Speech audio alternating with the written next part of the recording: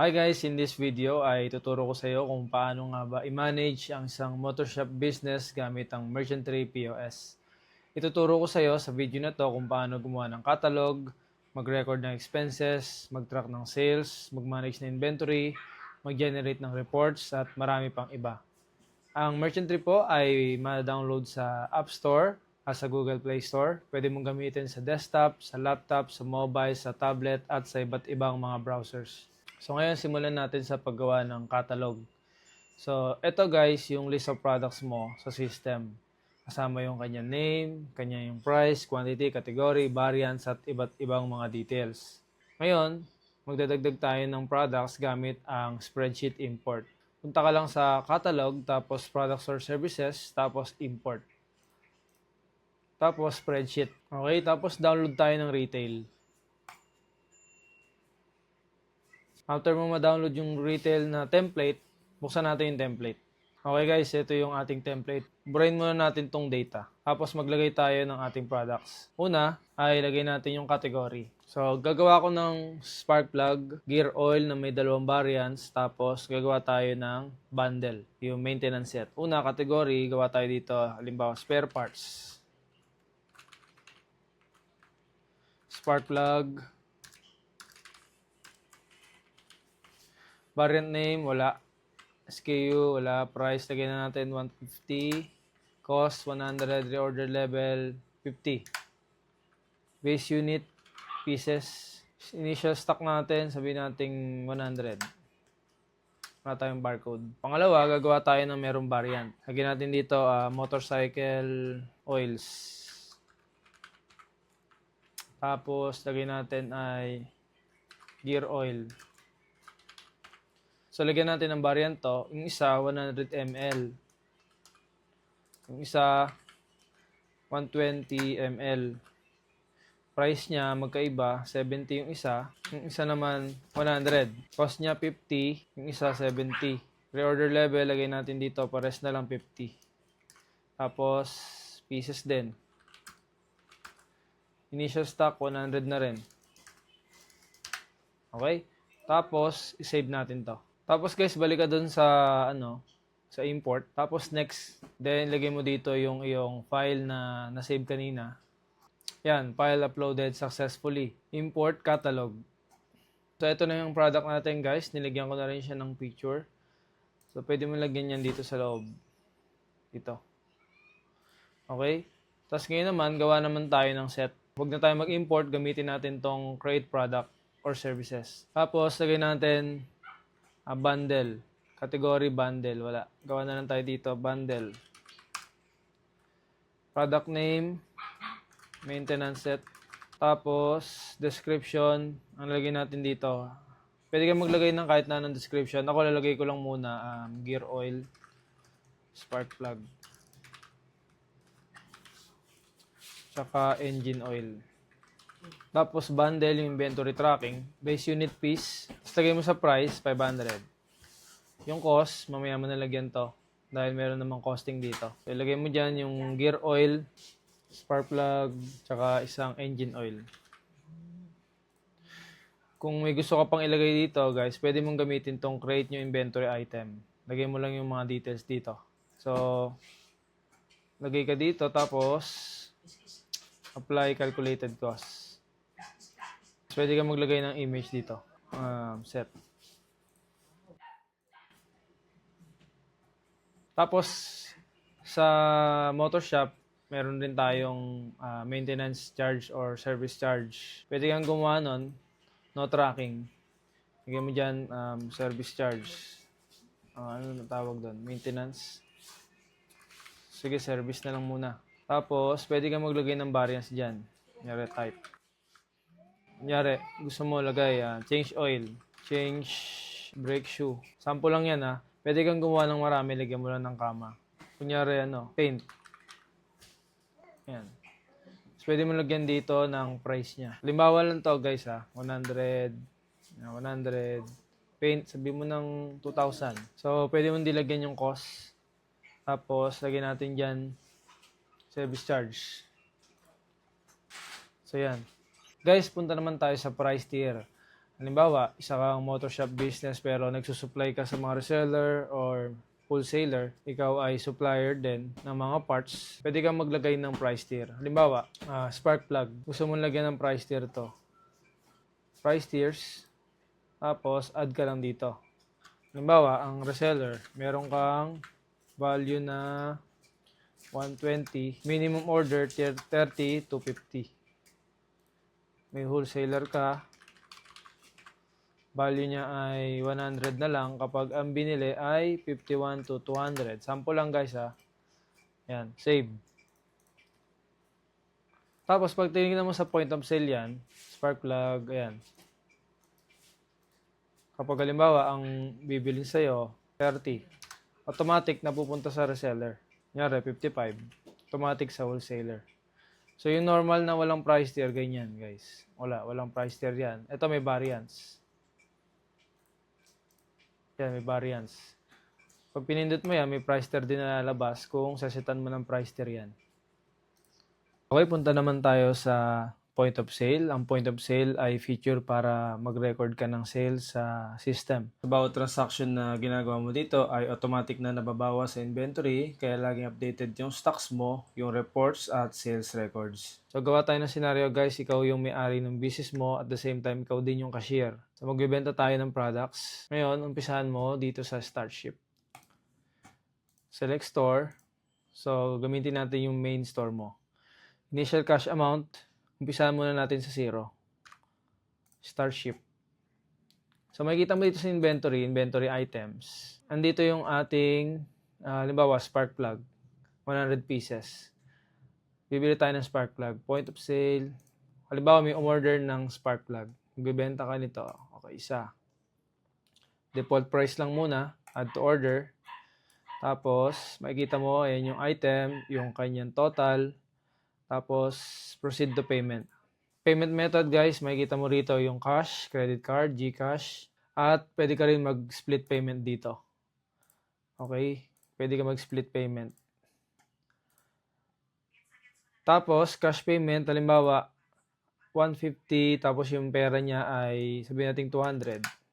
So, automatic dito may change na 50. Order details naman, dito sa order source, pwede ka mag-select dito ng iba't ibang mga order source, physical store or online, notes kung meron kang delivery, o kaya other reference number, ganyan, pwede kang maglagay dito sa notes. Create order. Yan, lalabas yung online receipt niya. Kung meron kang printer, automatic na lalabas doon sa printer mo. So, pwede mo ring i-email yan, download. Yan. Okay? Pwede mo rin yung i-print. Pero wala akong printer ngayon kaya hindi ko ma-print to ngayon. Makikita mo ngayon sa inventory items, spark plug mo, 99 pieces na lang. Nabawasan ng isa. Okay guys, sa atin po sa merchant tree ay meron tatlong inventory tracking. Una, single inventory, yun nga yung ginawa natin kanina. Pumili ng isa, nabawasan ng isa. Pangalawa naman ay bundle. So yung bundle, yung may mga kasamang components, tapos mabawas yung mga components na yon kapag binili yun. Halimbawa, yung ginawa natin kanina maintenance set, pag bumili ng maintenance set, mabawas yun sa inventory. Pangatlo ay no tracking, yung ginawa kanina nating service charge. So wala namang inventory yon, kaya wala siya dito. Okay, sample na natin, halimbawa, maintenance set, okay, payment, proceed to payment, sabi natin GCash. Yan, tapos create order. Yan. Makikita mo sa inventory items niya, yan, nabawasan na ang engine oil, gear oil, tsaka spark plug. Ganon tumatakbo yung ating bundle inventory. Then guys, makikita mo dito sa dashboard yung iyong sales. Ayan, 650. Makikita mo dito sa taas yung widget ng status na inventory natin, out of stock. Ayan. Low stock, kita mo rin yan. Ayan. Okay, tapos dito meron tayong widget para sa mga unpaid transaction mo. Tapos ito yung business day mo, yung kita mo ngayong araw. Yan, pwede mo i-branch pero wala pa tayong branch. Tapos, last order 1 minute ago created by Juan de la Cruz, amount, ayan, 500. Sales and expenses, labas po dito. Based dito sa February 1 to, pwede mo rin iset yan dito. Today, week, and today. Okay? Top selling products by amount, lalabas siya dito. Tapos low stock, nandito naman. Okay, paano naman kung meron nagkamali ng punch o kaya item, mali yung discount? So, ganito lang gawin mo. Punta ka lang sa sales orders. Nandito lahat ng mga na-punch mo. Tapos, i-void mo lang. Halimbawa, itong 150 spark plug. Halimbawa, nagkamali yan. Void mo lang siya. Ayan, voided. Tapos, lalabas yan sa dashboard. Nabawasan na yung sales mo. Sa inventory, nabalik yan. Ayan, 99 na lang. Pwede ka rin gumamit ng unpaid or pay later. Halimbawa, may bumili ng spark plug. Sabihin natin 30 pieces. Pwede mong gamitin to, pay later or drop and unpaid. Gamitin mo natin pay later. Tapos, customer. Sinong customer pwede kang gumawa dito? Halimbawa, gawa tayo. Kunyari, Russell Tan. Ayan. Email, russell@sample.com. Phone number, 438-40-40. Kunyari yan, sample lang muna. Yan, si Russell Tan. Cash, biyating Gcash. Pwede ka rin gumawa ng initial cash payment dito. Partial, kung tawagin. So, ito lang muna gawin natin. Save order. Ayan. Nabawas na siya sa inventory mo. Ayan, nabawas na. Pero unpaid. Unpaid. So, halimbawa, nagbayad na siya. Pwede mong i-click to, mark as paid. O kaya naman, pwede mong i-edit. Paid. Okay, tapos, sige, yan natin. Paid natin.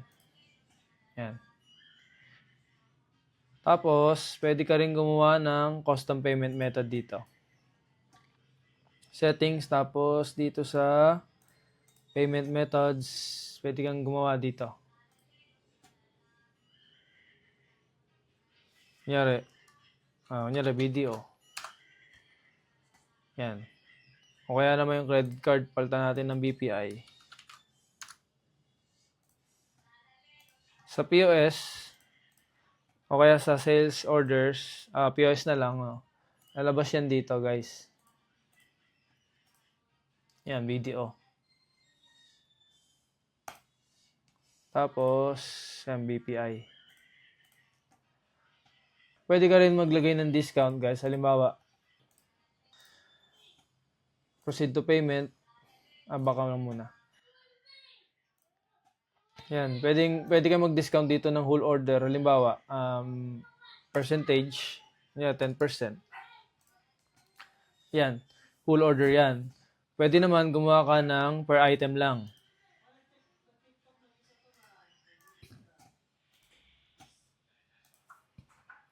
Kunyari, 10% na rin. Yan, ito lang yung malalagyan ng discount. Proceed. Sabihin natin kay customer Russell. Ayan, create order. Ayan. Then makikita mo yan guys dito sa customers. Ito yung kanyang mga transaction. Kita mo yung kanyang information, customer information, sales information, tapos yung kanyang order history. Kailan siya huling nag-purchase. So makikita mo rito gaano siya kalakas bumili, kailan siya huling bumili. So ayan, kita mo yan dyan.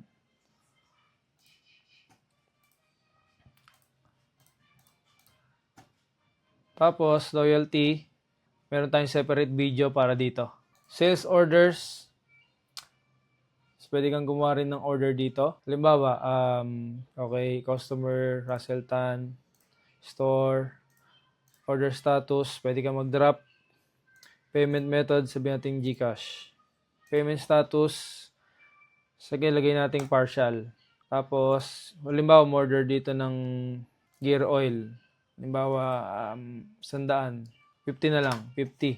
Tapos, partial niya, payment niya, halimbawa, 2,000 lang. Save natin. Completed partial. Nailabas na yung inventory niyan, pero yung bayad niya, hindi pa buo. So, halimbawa, magbabayad na siya. Makikita mo dito sa payments. Tapos, kulang siya ng 3,000.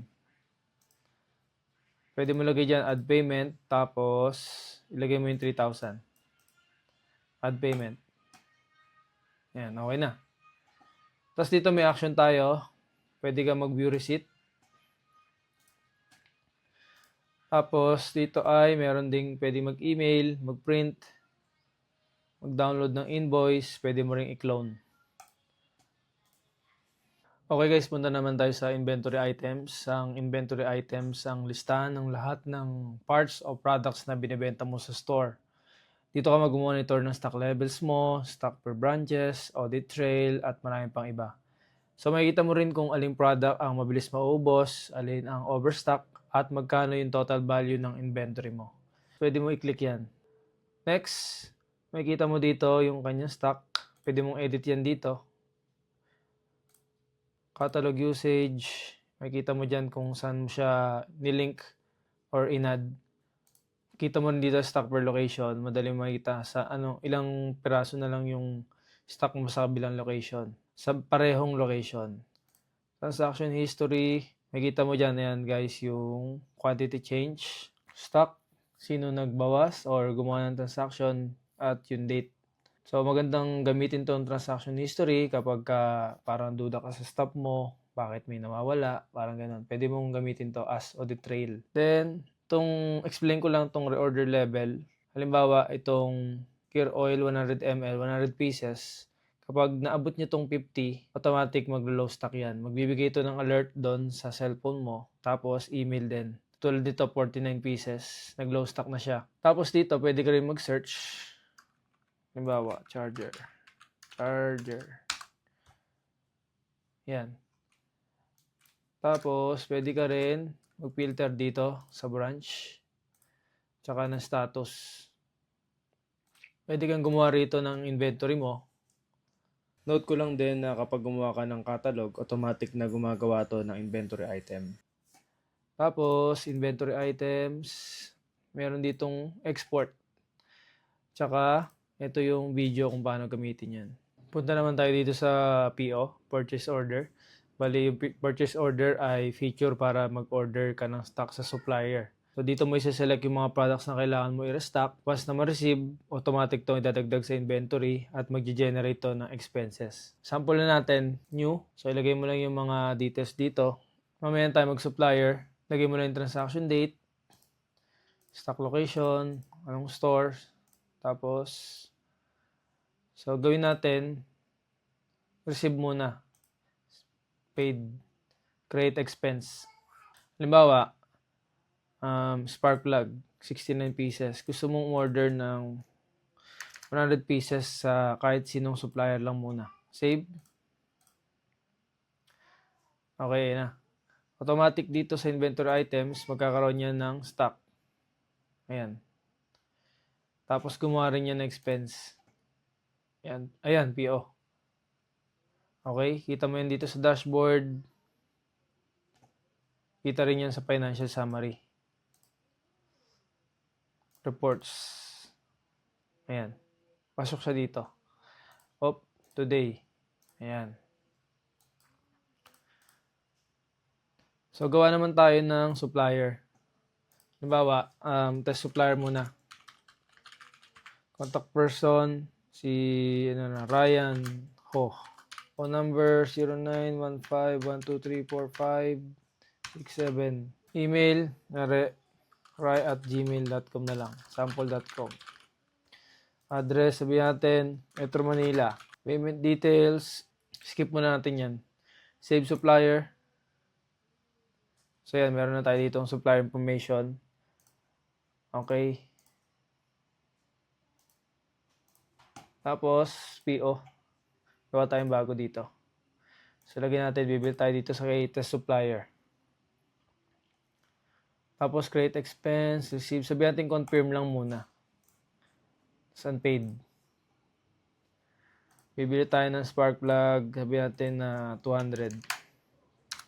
20K. Save. So, yan, confirm. So, guys, kapag confirm, hindi pa papasok yan, yung unpaid, pati unpaid, hindi papasok pa yan sa inventory mo. Pero halimbawa, dumating na yung item, pwede mo na i-receive. Okay? Confirm receipt. Pwede mong bilangin muna yan. Tapos, confirm receipt. Yan. Pag receive na, nandito na yan. Ayan, nandito na sa ating inventory. Pero unpaid pa siya. So, pwede mo yan mark as paid. Ayan. Punta na yan sa expenses. Okay, ganun lang gumagana ang ating PO. Pwede ka ditong mag-export ng iyong mga binili. Ayan, download PDF, testing natin.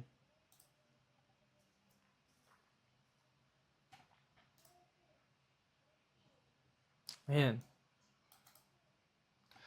Okay, punta naman tayo sa inventory counts. Sa inventory counts, bali ito yung feature para i-check at i-verify yung actual stocks ng product sa store. So dito mo malaman kung tama yung system count para ikumpara mo dun sa actual count. Para maiwasan mo yung errors, losses, at masigurado mo na accurate yung stocks mo. Sample natin, new, tapos halimbawa, yari, spark plug. Pwede mo i-load all yan. Tapos, spark plug, 369. Pero halimbawa, nag-inventory kayo. Pag inventory mo, 320 lang. May nawawalang 49. Sabihin natin, sige, theft na lang. Theft. Hindi, miscounted. Tapos save. Ayan. So, ito lang yung may differences. Kaya yung nilista niya. Tapos, nandyan yung value. So, kapag ganyan, may nawawalang 49, ginagawa ng aming mga motor shop businesses, mga business owner. So, pwede ka mag-weekly inventory counts o kaya monthly. Pwede naman 15-30 yung sahod ng tao mo, gawin mong 14-29 para bago sila sumahod, magpa-inventory ka muna.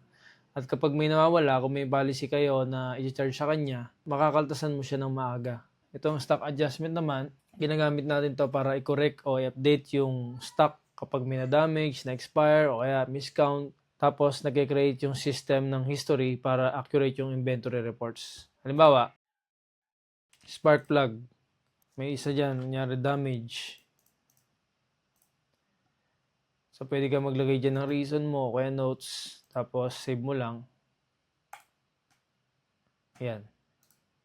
Medyo similar sa inventory count, pero ito naman negative yung gagamitin mo rito. Tapos, stock transfer, ito naman ay kapag ka maglilipat tayo ng product from sa isang branch, papunta sa isang branch. Okay, halimbawa, inventory items ka. Kunyari, spark plug, 319. Filter mo muna, location, main, 319. Yung branch, wala. So, ang gagawin natin, maglilipat tayo. Halimbawa, 100 piraso, ililipat natin. Gawa tayo new. Tapos, source location, main, destination, branch. Halimbawa, spark plug, 100 lilipat. Save. So, ayan. Tapos, pag tinignan mo yung inventory items mo, spark plug, so, ayan, 319 pa rin. Pero yung filter, naka-all. Pag tinignan mo sa main, bawas na yan. Pag tinignan mo sa branch, yan, nailipat na yung 100. So, guys, ganun tumatakbo ang ating inventory management. Okay, ship management naman tayo. Halimbawa, magka-close ka ng store, kailangan mo na mag-out. So, pindutin mo lang to, itong ship management. Makikita mo dito yung ship information, ilang orders, sang store, anong oras nagsimula. Tapos, add expenses. Pwede kang mag-add expenses dito. Halimbawa, food, nara 100. Add expense. So, automatic kukunin niya dito 100, ilalagay niya dito sa total expenses. Pwede ka rin mag-cash management dito. Halimbawa, remit. Remit, 2,000 na lang. Remove cash. So, yan. Nari siya dito. So, andyan total sales natin, discounts, expenses, cash in drawer, payment method na ginamit natin, breakdown ng expenses, cash movement. So, yan. Tapos, lahat ng nabenta natin. Ito. Ngayon, bibilangin mo yung nasa kaha, mag-end ship ka. Nalagay mo dito 1272. End business day. Tapos, end ship. Yan. Tapos, nakalagay dyan, cash matching. Okay? So, ganun lang ating ship management. Expenses naman ay dito ka magre-record at mag-track ng lahat ng gastos ng store mo or ng motor shop mo. Para laging updated yung financial reports mo Tsaka dito mo rin ilalagay yung mga expenses katulad ng bills, staff allowances, supplies, at marami pang iba. Halimbawa, sample na natin. Tapos, halimbawa, PLDT. Tapos, category bills. Expense, sabihin natin 1699. Save. Yan. So, ganun lang gumawa ng expenses. Tapos, makikita mo yan dito sa dashboard. Lalabas din yan sa reports. And bills. Today. Laki kasi yan eh. So, today. Yan. Okay, user management naman tayo. Bali, yung feature na to ay para i-manage yung staff accounts, yung roles, permissions, at store access para control mo kung sino yung pwedeng gumawa ng transaction sa POS at sa inventory. Ngayon, gumawa tayo ng bagong user access. Halimbawa, yung role niya, employee muna. Pwedeng admin. Ngayon, employee muna. Full name, halimbawa, Alex Ramos. Alex at Gmail at sample.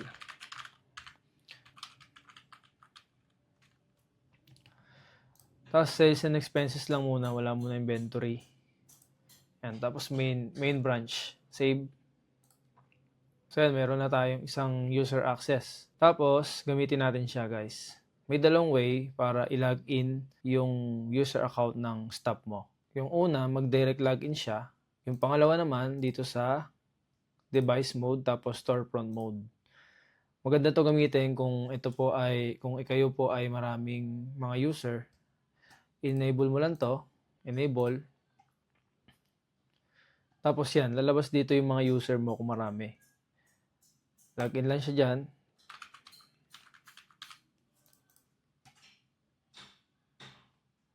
Yan. Tapos kapag direct login, ganun din naman. Login mo lang dyan. Sa app, sa tablet, or sa merchantry.io. Okay? So ngayon, logout ko muna tong isa.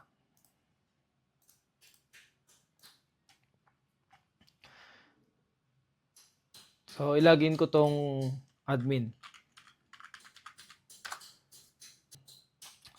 So, imaginein mo, dalawang tablet yan. Ito, yung admin, ikaw. Ito naman, yung staff mo. Okay? Tapos, magbebenta yung staff mo. Start ship muna siya. Initial cash amount, 0 lang muna. Tapos, benta siya kunyari ng maintenance set. Yan. Makita mo dito, sa admin mo, kahit na wala ka dun sa store, makita mo dyan yung kanyang sales. Reload ko lang. Yan. Last order, less than a minute ago, by Alex Ramos, 500. So, nadagdag yan dito sa total sales. Tapos, makikita mo dito sa sales, usership. Yan. Si Alex Ramos active. Pag binuksan mo yan, kita mo yung kanya activity dito. Kanya information, kanyang benta, at yung mga product at payment method. Ayan. Kita mo rin dito. Itong kanyang nabenta. Okay? Tapos, mag-ano siya, mag-end ship na siya. Halimbawa, mag-out na siya. Lagyan niya lang dyan, 500.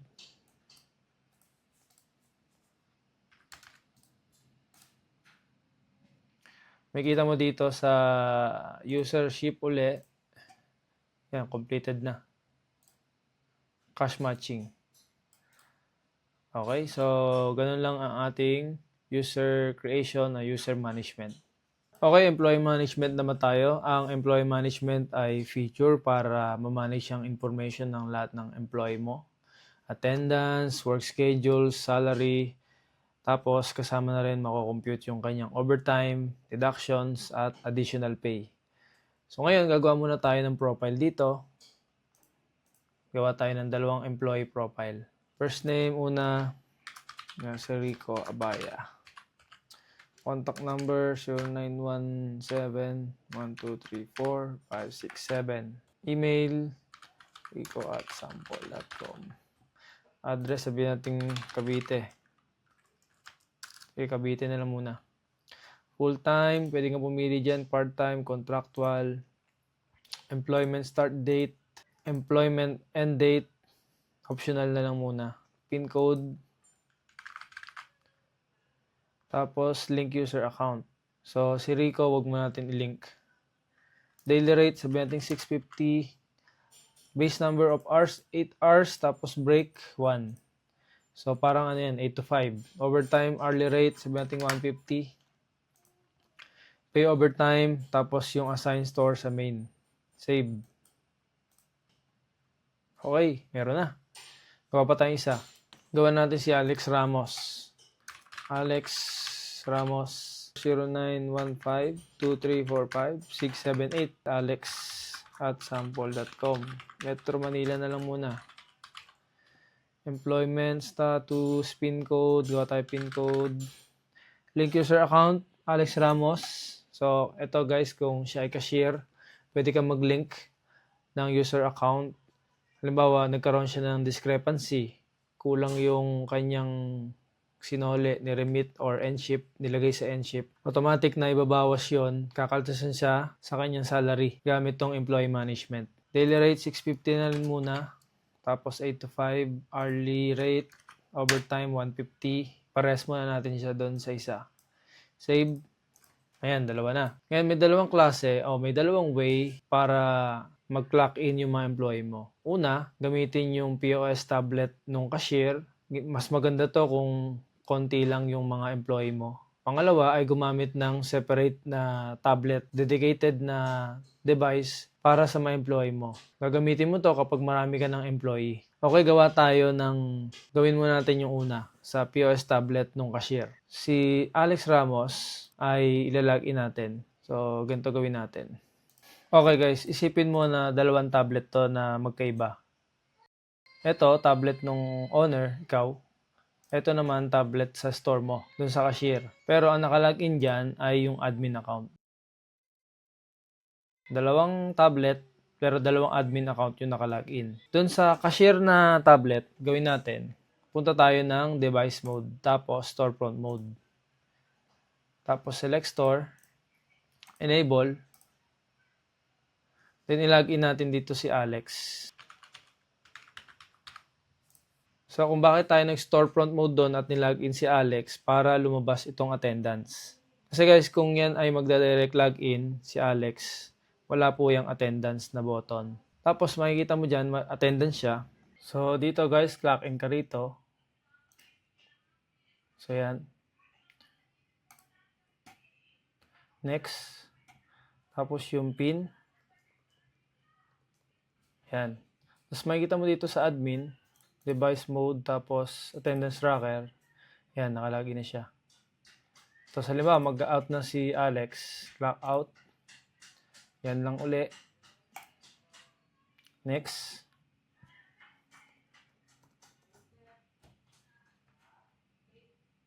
Yan, okay na. So, makikita mo dito, ang reload ko lang. Yan. Yan, nag-clock out na siya. Tapos makikita mo dito sa employees attendances. So, ayan yung kanyang attendance. Total hours, wala pa siya masyadong nabuno o napasok. Tapos yung isa naman ay kapag kami separate o dedicated kang device para sa maraming employee, pwede kang gumawa ng account. Sa users, tapos new user, tapos dito sa role ay attendance tracker. Lagyan mo na dito na sample.com. Password. Save. So yan, meron ka na ditong attendance tracker. So ilagay naman natin yan. Halimbawa, ito separate device mo to. Ibang device to.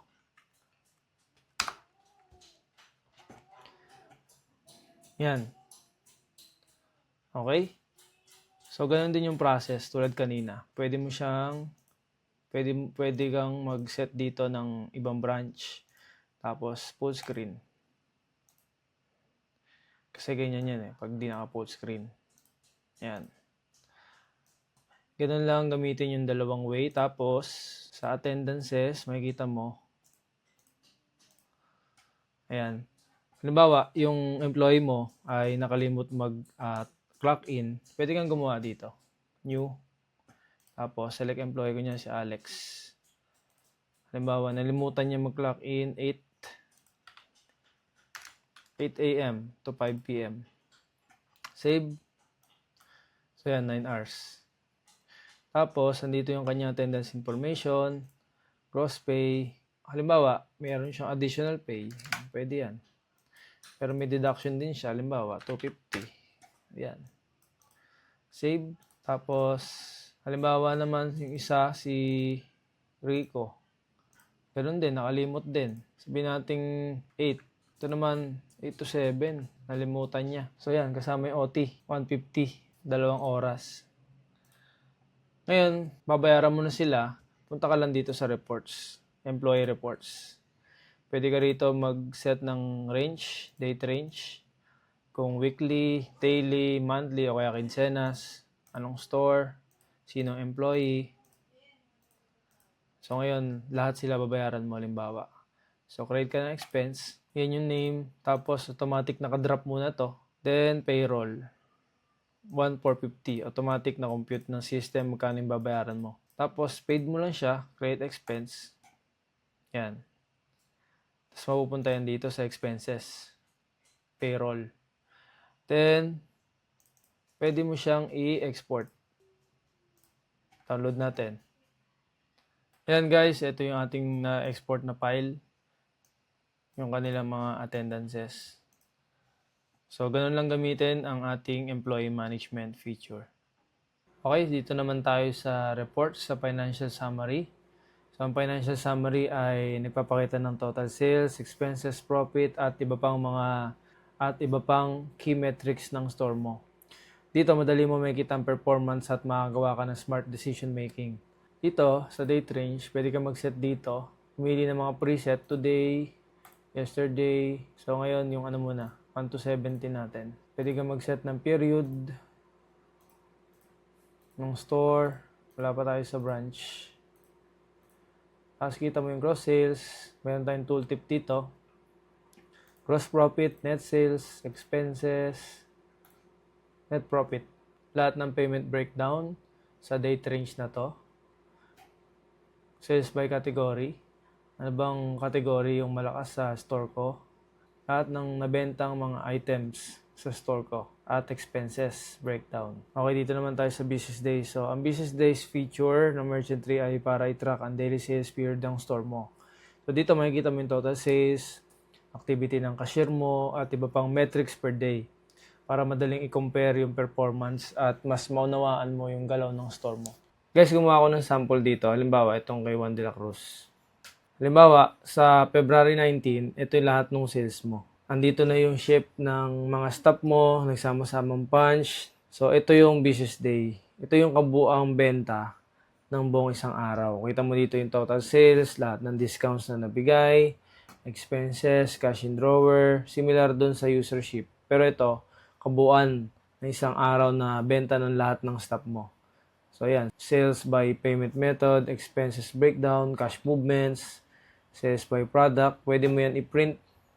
Tapos, pwede ka rin dito mag-reopen, close ng business days. Dito naman sa sales reports.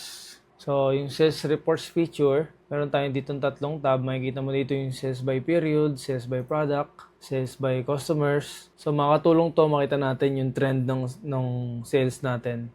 So, makakatulong to para makita natin yung sales trend. Tapos, makita natin yung top at non-performing products natin. Makita natin dito yung customer sales at yung ibang mga details pa. Para sa maayos na business decisions sa marketing at sa overall operations ng store mo. Okay, so dito, makita mo meron tayong date range dito, 1 to 17. Ito yung na-generate niyang reports. Dito, kita mo agad yung sales mo by day. May gross sales, discount, net sales, at kita mo rin ilang orders yung nagawa sa isang araw at itong margin. So, importante itong margin. May mga business owner tayo nag-set ng margin. Halimbawa, 30% o 35% yung margin na gusto nila. So, mini-maintain nila doon, ayaw nila bumaba sa 35 or 30% yung kanilang margin. Sa ganun paraan, ma-maintain mo na maganda yung profit mo. Tapos, yan, kita mo dito yung period, week, month, tapos meron din tayong hour. Halimbawa, today. So, importante yan na makita natin kung saan tayo nagpipick. So, ano lang to, sample ko lang to. Halimbawa to, 9 p.m. Nag-gross sales tayong 10K. So, doon tayo mag-buhos ng marketing sa ganung oras. So, sample lang naman yan, guys, ha. Tapos, pwede ka rito, kita mo rin dito yung gross sales, discount, net sales, gross profit, similar sa financial summary, pero dito kita mo yung discount. Pwede ka rin mag-search ng store, mag-filter ng store, payment status, paid, unpaid, ay partial, tapos unpaid. So, wala tayong data dito pala. Product, kunyari, maintenance set. Yan, kita mo yung margin mo dito at yung orders mo. Then, customer, isa lang nagawa ko. Yan, kita mo agad yung performance ng customer mo. O yan, 9 p.m. Siya pala yung bumili. 25% na yung margin mo. Pwede ka rin mag-export. Tapos, makita mo yung information ng mga label dito. Okay? Okay, punta naman tayo sa sales by product. So, dito mo makikita yung breakdown o yung performance ng bawat product mo based dito sa range na to. Pwede ka rin mag-filter ng store, payment status, ng product, bawa maintenance set. Yan, kita mo rito. Yung gross sales, discount, net sales, cost. So, dito kita mo yung quantity. Kung ilan yung nabenta mo. Dun sa sales by period, kita mo yung yung orders. So, dito yung breakdown ng yung performance ng product. Tapos, ayan, kita mo yung mga items mo dito. Generated to base dito sa date range na to. Pwede ka rin mag-export at andito rin yung information. Sales by customer naman. So, ito yung aking customer, isa lang. Kita ko agad yung kanyang total sales, yung last purchase. So, kung marami kang customer, madali mo makikita agad sino ba yung malakas sa akin mag-order, sino ba yung malakas ako magbigay ng discount, sino pa yung may utang sa akin. So, kita mo dito. Masort mo rin yan, yung last purchase, sino ba yung hindi na nabili. Tapos, pwede ka rin mag-sort dito, mag-filter ng store, payment status. So, wala akong data dito eh. Paid lang. Tapos, mag-search ng customer. Yan, pwede ka rin mag-export at andito rin yung info niya. Punta naman tayo dito sa inventory reports. Inventory reports ay meron tayo ditong 4 na tab. Inventory valuation, usage and forecast, inventory adjustments, inventory history. So, dito muna tayo sa inventory valuation. Very straightforward. Ito yung ating inventory value ng lahat ng inventory meron tayo. Pwede ka mag-search, mag-filter ng store. Pumili dito ng item. Halimbawa, pork oil. Ayan, kita mo agad kung magkano inventory value niya. Tapos, pwede ka rin dito mag-export. Usage and forecast naman, guys, ay para makita natin yung usage natin, gaano tayo kalakas gumamit na inventory o magbenta na inventory base dito sa date na to. Kita mo rin dito ang bawat location niya. Pwede ka rin mag-filter dito ng kanyang location at pumili ng kanyang inventory item. So, halimbawa, spark plug. Yan. Kita mo agad dito yung current stock mo, quantity used, base sa range na to. Average daily usage, average weekly usage, average monthly usage, at days left. Ilang araw bago ako mag-restock uli o bago maubos yung aking product. So, tingnan natin. Yung medyo mababa. Okay, ito. Gear oil. Meron akong 15 days, 15.69 days bago ako maubusan ng stock. Okay, so kita ko dito, sino ba yung malakas yung average daily usage? Tapos, pwede mo rin yan i-export. Tapos, nandiyan yung ating information.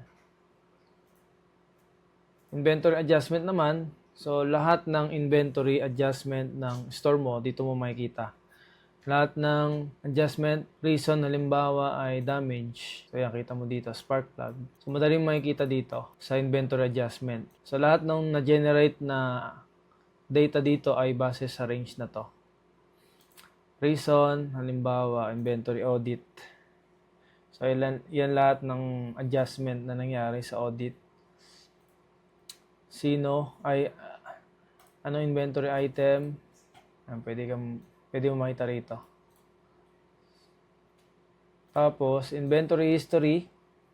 Ito yung lahat ng movement ng inventory mo. Kita mo dito lahat ng sales order, stock transfer. So, lahat nandito, lahat ng types. Lahat to generated base dito sa petsa na to. Pwede ka mag-filter ng location. Sinong creator, halimbawa si Alex Ramos. Ayan. Kita mo dito yung kanyang sales order, halimbawa transaction niya. So ayan, 1 piece yung kanyang nabenta.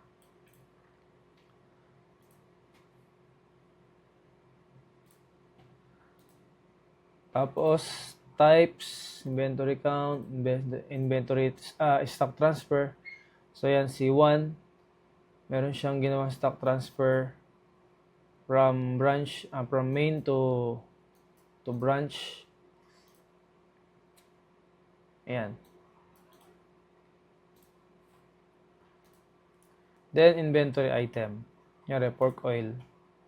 So ayan, kita mo yung stock change niya, stock after, tapos yung creator.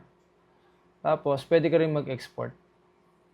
At yung information niya ay nandito. Okay? So guys, yun lang po. Salamat sa oras nyo. Ganun lang kadali gamitin ang Merchant Tree POS. Kung meron kang tanong, pwede ka mag-message sa Merchant Tree Facebook page. At maraming salamat. Bye-bye. God bless.